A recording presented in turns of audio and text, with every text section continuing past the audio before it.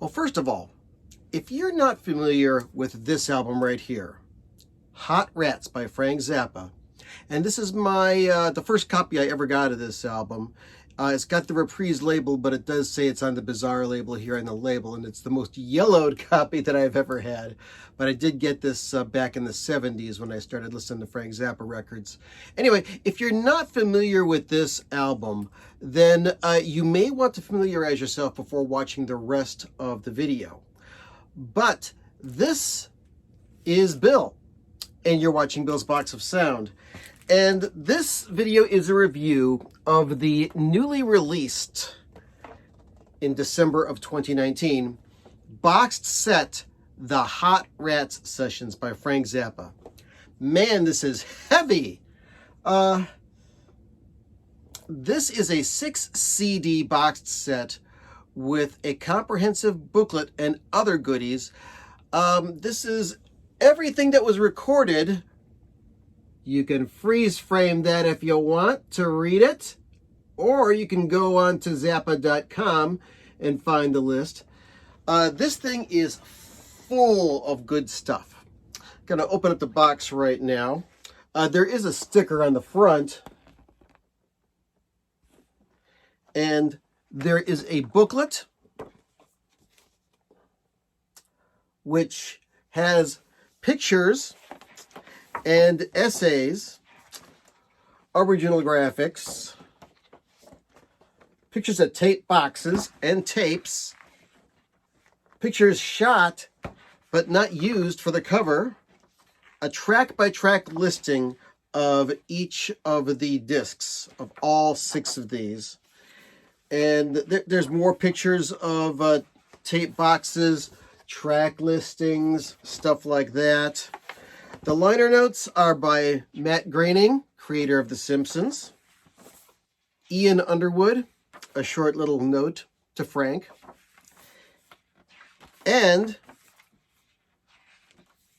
Andy Nathanson, who shot the front cover on infrared film.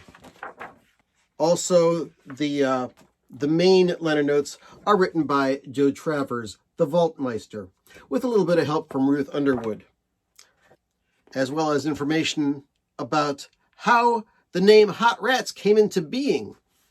According to an interview with Frank that took place during the assembling of his autobiography, The Real Frank Zappa Book, he heard an Archie Shepp solo for the song The Shadow of Your Smile. And let's see, where's the album here? Recorded in 1967 at the Donaueschingen Music Festival in Germany. Archie Shepp. This is just a one track on each side called One for the Train. And according to that interview, this solo was the inspiration for the name of the album, Hot Rats. That's neither here nor there. But let's get back to this box set. The next thing you'll find when you get in there is this. Looks like an album. It's a gatefold of all 6 CDs. And pictures of the spines of the multi-track tape boxes. And then, if that weren't enough, there's something else inside of this box. Hot meat, hot rats, hot zits. And this kind of stuff is all along the inside of the box too. Very nicely designed set. It is a feast for the eyes as well as the ears. But the important thing is the music. So now we've got a matter which I want to speak about. In the boxed sets that have been coming out over the past year or two, there have been extra bonus things that are supposed to make you want to buy this. I don't know. Raise the collectability of this. It does not benefit the music. Inside of this boxed set is a board game loosely based on Candyland, which is called Zappa Land. It's got your directions, your rules. It's got pieces of paper that you can punch out and make your playing cards out of.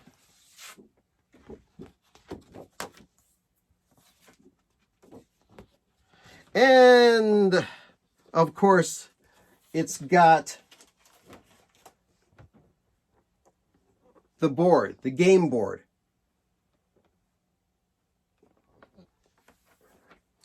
And I guess that you're supposed to get Frank to the studio. And there's all sorts of obstacles along the way that keep you from doing that. Okay? The only cool part to me about this is Zappa Land thing is that inside of the box, you also get playing tokens, which are guitar picks. These are super duper cool.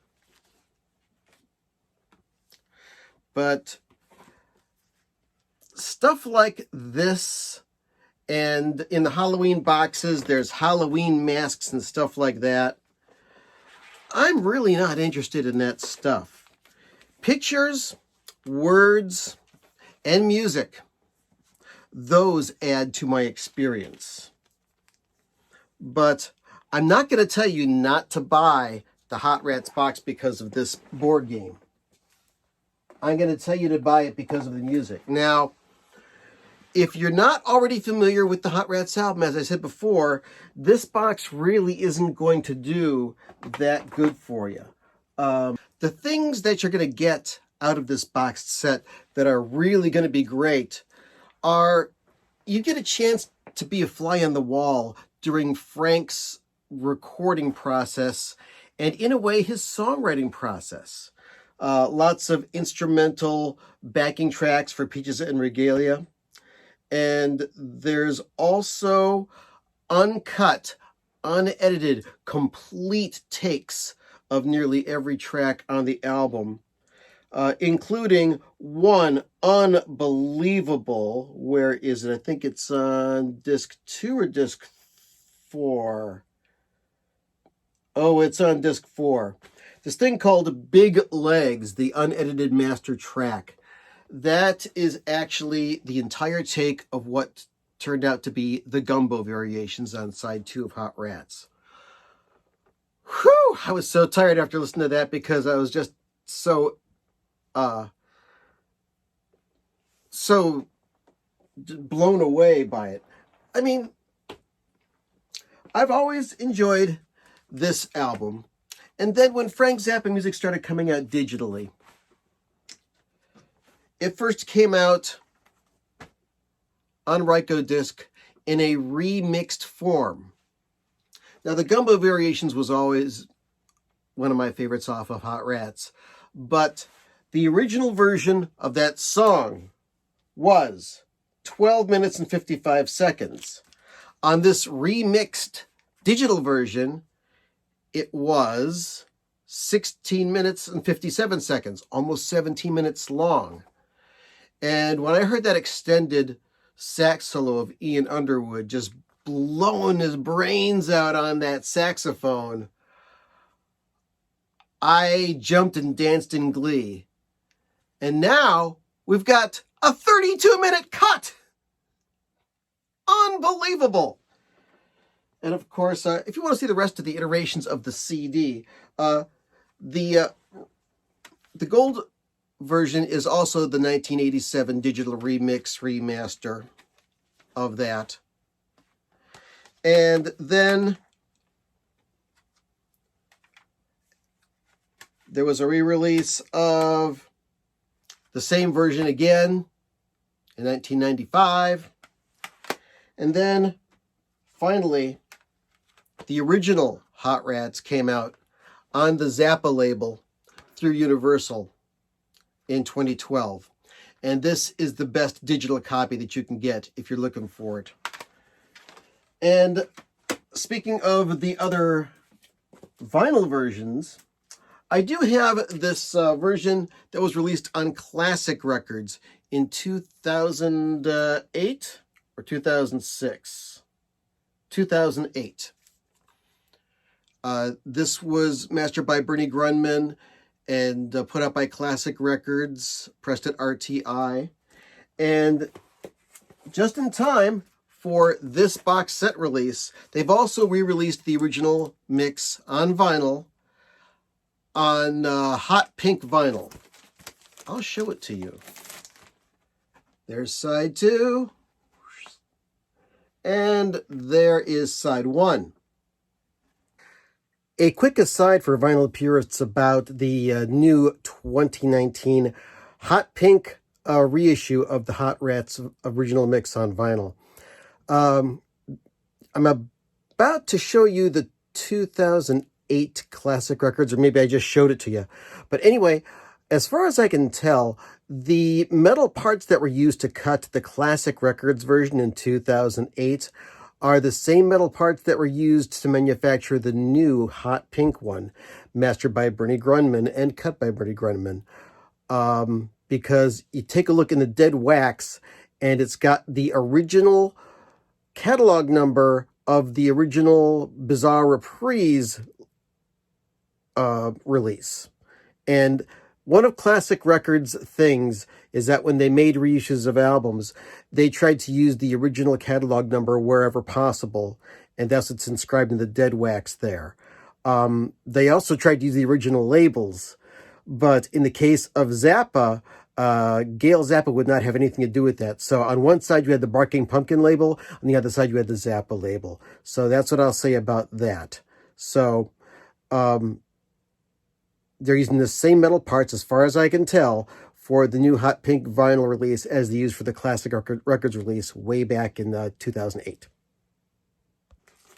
Now, the music on this boxed set, it's not every single take, and it's not every single outtake, but it is arranged in a manner which will help you to appreciate the album even more and understand the process that Frank put into writing and recording this album. I'll put that back together later. But if you're a Zappa fan and you also like stuff from the album Chunga's Revenge and Weasels Rip My Flesh, as well as a Burnt Weenie Sandwich, you will hear stuff recorded during the Hot Rat sessions that ended up on these albums. You'll also hear isolated vocals with Captain Beefheart. And the 1987 digital remix, which I showed you earlier, is currently out of print, but it has been restored on this boxed set. So yeah, this is, for the Zappa fanatic, a definite must buy. If you're not deeply into Frank, I recommend just the Hot Rats album by itself. For those hardcore collectors, I have showed this before. For Black Friday of 2019, they did release a 10-inch picture disc of some of the tracks, 4 tracks actually, from the Hot Rat Sessions box. However, the audio quality of this disc, as is typical of the majority of picture discs, is not that good. When they first announced this box set, people were saying, oh, are you going to put it out on vinyl? Well, you know what? It kind of doesn't make sense to put this out on vinyl, because if they put this entire 6 CD boxed set out on vinyl, it would probably be between 12 and 15 discs, and nobody would be able to afford it. It'd be ridiculous. It'd be a packaging nightmare. So I was thinking, what would be a good way to represent the boxed set or the unreleased stuff on vinyl? Well, I was thinking maybe a 3 LP highlights set. I'm thinking, nah, that wouldn't do it justice. What I would really love to see, and I have a feeling that Joe Travers or Ahmet Zappa might be looking at this. Hey guys, and thank you, Joe, for the thank you note for one of my other reviews. I think that a 1 LP packaging of Big Legs, the original master tape for the Gumbo variations, on one album would be a sweet little collectible for Record Store Day. So if you're mulling over in your heads what you're going to do, if you haven't already decided, that's what I'd like to see. But for this album, for this boxed set, the CD format seems to be the best way to put it together. And as far as that board game is concerned, you want to make something that Zappa fans will buy? Put out a calendar, a Zappa calendar every year with rare and collectible pictures, or maybe even just album covers on it. People will buy that so they can put it up at work or put it up in their garage or wherever they put up calendars. People still buy calendars, even though we all use our cell phones for just about everything now. And speaking of books and collectibles, there's one other thing that came out. This Hot Rats book, which was written by Ahmet Zappa along with Bill Gubbins, who took the majority of the pictures in this book. Unbelievable stuff about this guy from Ohio who met Frank at a couple of his shows. They got Music Carnival in Warrensville Heights, and ended up coming out to LA to take pictures of the sessions and talk with Frank. And there's an extensive interview conducted by Ahmet with Bill Gubbins. Makes for a very enjoyable narrative throughout the entire book. Just eye-opening pictures that have, up until now, never been published before. So you can also find this book out there as well. Another thing I'd like to say about the boxed sets is that people do care about the music more than anything else. I mean, I've seen people that have bought all of the Zappa boxed sets and not even opened them up. They've left them sealed. What's up with that? Me, I like the music. For both of the Halloween boxed sets, I did not buy the physical boxed set. I just purchased the music online because each of the major places that you can buy them from, with Amazon, Apple iTunes, etc. When you buy the music, it also comes with a PDF of all the liner notes and all the pictures that come with it. And the money still goes to the Zappas because you're paying for it legitimately. You know, one thing I forgot to talk about in the shooting of this video was that you don't just get to hear all of the extended solos that Frank did on this on the recordings of this album, but you also get to hear the musicians that were playing with him at the time, because this was right around the time where he was just about to disband the Mothers, and this was what Frank considered his first solo album, even though Lumpy Gravy had come out sometime earlier. And this was the first time that Frank really got to work with world-class musicians that were able to understand his direction and take what he was communicating to them and translate them into something you could hear. One of Frank's biggest strengths was being able to take a musician and use them for their full potential without them even knowing it. He could read them and figure out how to use them properly. And that goes in the case of Sugar Cane Harris on violin, Shuggy Otis on bass. Max Bennett on bass. Paul Humphrey plays drums on a couple of songs. Ron Selico plays drums on Peaches and Regalia.